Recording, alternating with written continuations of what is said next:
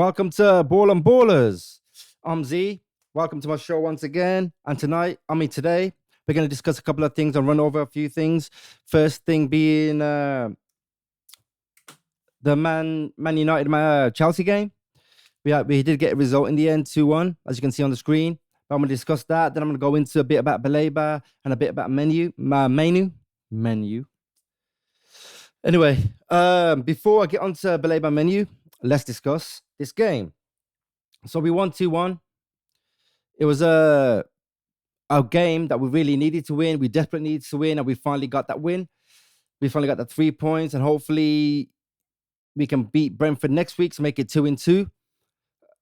And I know United have been getting a lot of flack lately, but we're only a point behind Chelsea now. We're on the same level. We're the same amount of points as Man City. We're only 3 points behind Arsenal and Spurs. So we've been getting a lot of flack, but then United are a big team, so people are going to talk. But my point of this game was that I've always wanted us to play through the middle at occasions, because at the moment, all Amorim systems likes to use the wing backs and the wings a lot.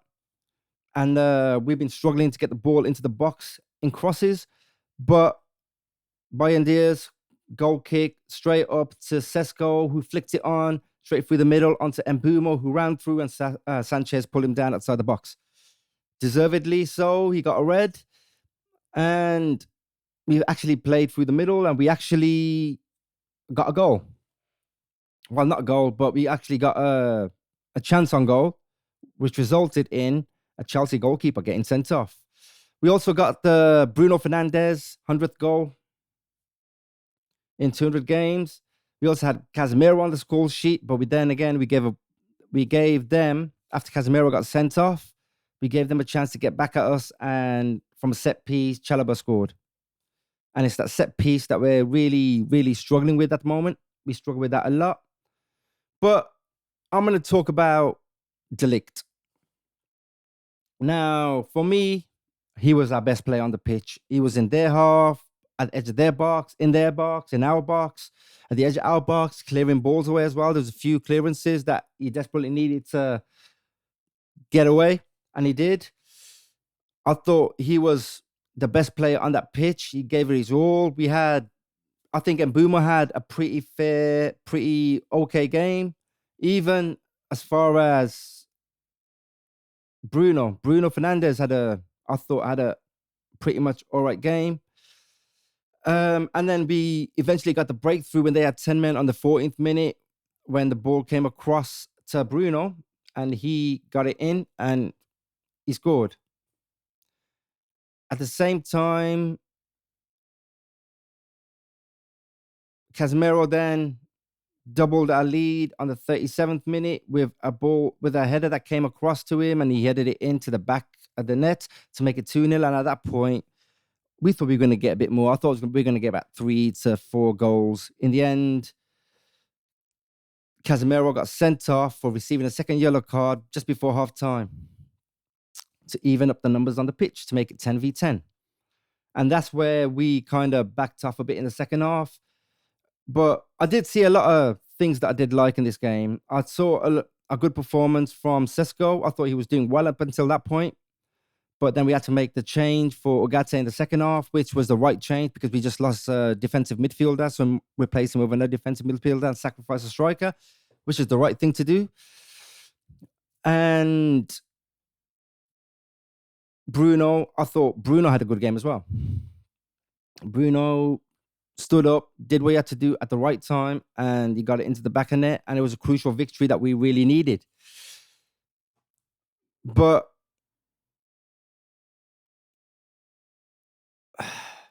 I did see glimpses of the system working. Like, out of possession, we were 5-3-2, 5-4-1 before we got sent off, and then it became 5-3-1. So I saw glimpses of that. On the ball, it went back to a back 3. Then we had 5 in that midfield with the wing backs, and we had 2-1. We had it like that, and then when Casemiro got sent off, that changed to 3-4-1-1 or 3-5-1 in some places. But overall, I was happy that we want, and hopefully we can beat Brentford and get 2 wins in 2. Imagine though, imagine Mbumo scoring against his old club. That'd be quite good, won't it? But do I feel comfortable against Brentford? I do. Just the way they've started the season, the 17th, they're struggling. 1 win, 1 draw, 3 losses. They're really, really struggling. And I feel like we can beat them to make it 2-2, which would be great, because then we go to Sunderland, which would probably be a tougher game the way they've started. But they're also, you'd expect us to beat them as well. But the way we are lately, anything's possible. Anything is possible. So if we do win them 3 next 2 games, we'll be on 13 points going into the national break to come back and face Liverpool. I didn't like this. When I first seen the team, I didn't like the team. I didn't like who he had where. And I really thought we were going to get hammered until obviously the 3rd minute when Sanchez got sent off. I really did think we were going to get hammered. I did want to see Lamans in goal to make his home debut, but personally, I don't think he will be starting for a while. I think they've put Boyendia as possibly the number 1, because what goalkeeper doesn't really need that fitness. It's not like he's running up and down the pitch. What does a goal? Why? What improvements? What does he need to make? Just get him in front of the goal and let him go ahead with it. But I'm going to talk a bit about some stats as well. So let's go on to the stats of the Man United and Chelsea game. Possession, 41% for us, 59% for them. So they had more of the possession, but we had expected goals. So we had a better XG of 1.84. Chelsea had 0.43. We took 11 shots on goal. 3 of them were big chances. We scored 2 of them. 5 corners, 2 yellow cards, 1 red. They had 5 shots, and the only big chance they had on target, they hit the back of the net. Corners, 5, yellow cards, 5, and obviously the red card for Sanchez. But that's what I'm seeing with Boyendia a lot, where I feel like defensively we've been playing well to give them less chances, but as soon as they get a chance, they score. Or a clear, big chance, that is, they score. That's the reason I would like to try Sané Lamans in goal now. Would Brentford be the perfect team to start against? Playing away? Possibly. The 17th in the table is struggling. Possibly. But also I think Boyendia will probably end up starting. So that's my verdict on the goalkeeper. Ahmad. Let's go on to Ahmad. Ahmad hadn't had a good season so far. He's been playing in the 10 on the left. He's played a bit on the 10 on the right. He's played right wing back. So he's been playing like different positions, and it seems like he hasn't started the way he started last season. He hasn't continued playing the way he ended last season, and he seems to be struggling. Now, I don't know whether it's because he's not comfortable in them positions, or whether he wants to play in Mbumo's position. I doubt he's ever going to play in Mbumo's position, because that's Mbumo's position now. I don't know really what the issue is with him. I don't think he's got an injury, otherwise he wouldn't be playing. So I don't even think it's that. So I'm trying to figure out what it might be. But set pieces. Now, this is where we struggle. Chelsea's goal came from a set piece. And so did Arsenal. And what is it with set pieces that we're struggling with? What is it? Are we struggling to mark players? Are we panicking? Are we not seeing the ball? What is it with set pieces that gets United in trouble? And it's not like Boyendia is good with set pieces, but if you're gonna keep conceding goals on set pieces. That is something that you need to work on in practice, and I don't know whether they are working on it in practice or not. And I'm hoping they are, but set pieces is a big issue. And every time the opposition gets a set piece, I panic. Honestly, I panic. But that's what I'm going to discuss about the game for now. I'm going to move on to Baleba. Now, there was a little rumor I heard at the start of the season where I didn't really take much notice of it, but Carlos Baleba having a knee injury and he hasn't gained full fitness. But he has dropped off this season. And I don't think it's the knee injury. I'll be completely honest. I don't think it's the knee injury. I think that we've got in his head. He wants to come to us and he's fell off. But that might be a good thing because if you go in for him in January, we'll be like, he hasn't been performing very well. We're not going to pay you 100 million for someone that's not been performing very well. Here's what we're going to offer you. So maybe it'll work in that advantage. Maybe it won't.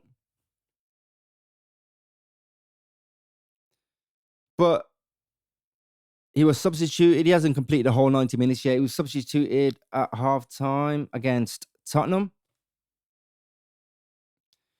And the manager, Herzler, said that he was tired and didn't track back, hence why he was subbed off. But then he went on to say, when a young boy is that there's an interest from Manchester United with a big offer, it might affect him. So I think his head's been turned, and I think he wants to come to us. And I think we're keen on signing him. We're keen on still making a fresh bid for him in January, but we shouldn't be offering 100 mil because of the way he's performing this season. So let's hope we can negotiate a good deal. But we do see him as a top target and somebody that really wanted to get in. I know Amorim likes him. And I know that we made an approach for him in the summer, but 100 to 150 million was too much, which is what Chelsea paid for Moses Caicedo. And the fact that his head's turned, he's not been performing, we've got a chance of getting him for a better price. And hopefully we can go in and get him for a better price. And he'll be a player in January. Because I feel like Casemiro's on his way out. It's going to be his last season. So we need somebody to replace Casemiro. So why not get it in early? Why not get it in January? Let him get into the team and let him start playing and let him get a bit of first team football with the rest of them. Let him get in some training sessions. So January would be the best time to get him. It will tighten up our midfield. And hopefully he hasn't slipped off. But I do think it's because we made an offer for him. He knows, well, not offer him, but we showed interest in him and we made it known that we really wanted him. Brighton said no, and I think his head's been turned, and that's the reason he's not performing as he should. But I'm going to discuss Mainoo next. So lately, every time I switch on social media, I'm seeing this team's interested in him. That team's interested in him. So what I did yesterday was I sat there, went through a list and see who was interested in what, where, and when. And just try and get the list of teams that are, how do you say, potentially interested in him. And this is the list I've got. So from the Premier League, you've got Chelsea, Man City, Newcastle named, Tottenham named, Brighton named, Fulham named, and Brentford. 7 teams interested in Kobbie Mainoo. In other parts of Europe, you got Real Madrid, Bayern, Napoli, Juventus, Inter, and Nice. 9, 10, 11, 12, 13 teams interested in Kobbie Mainoo. Some reports suggest that Man United are willing to let him go. And that is probably the case. We're not really willing to let him go. But if he doesn't get that first team football a lot by January, then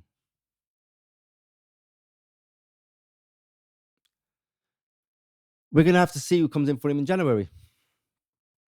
Now, do I believe a lot of these rumors? Don't see why not. Kobbie's young. He's got a lot of potential. He's got a lot to learn. He can do well. I don't see why all these teams can't be interested in him, but 13 teams, I think that's a bit too excessive, especially with Real Madrid, Bayern. I don't think they'll be interested in him. Napoli, I don't think they'll be interested in him, to be fair. Chelsea, Man City, potentially, the way they've started the season. Yep. Newcastle, yep. Tottenham falling off seem to be falling off slowly, although they're right up there at the top of the table. They haven't performed well in the last few games. Brighton, they're doing all right. So maybe we can make a deal with Brighton and have a swap with Baleba, maybe. I don't know. Worth pursuing. Fulham and Brentford are potentially going to be interested in him, I reckon. So I reckon there's going to be a lot of truth, but I also know that when Amorim doesn't want to get rid of him. Amorim wants to keep him. So hopefully we can keep him and get that done. And that's all that time I have for you today. So I apologize for this video being a bit late. Personal issues I had to take care of this morning. But please like, share, comment, and subscribe, and hit that notification bell. And whether you like it or whether you like me or not, just friggin' subscribe, will you? You ain't gotta watch. Nah, I'm only joking. Make sure you do watch. But that's what I got time for you now, and I'll see you on the next video. Bye-bye.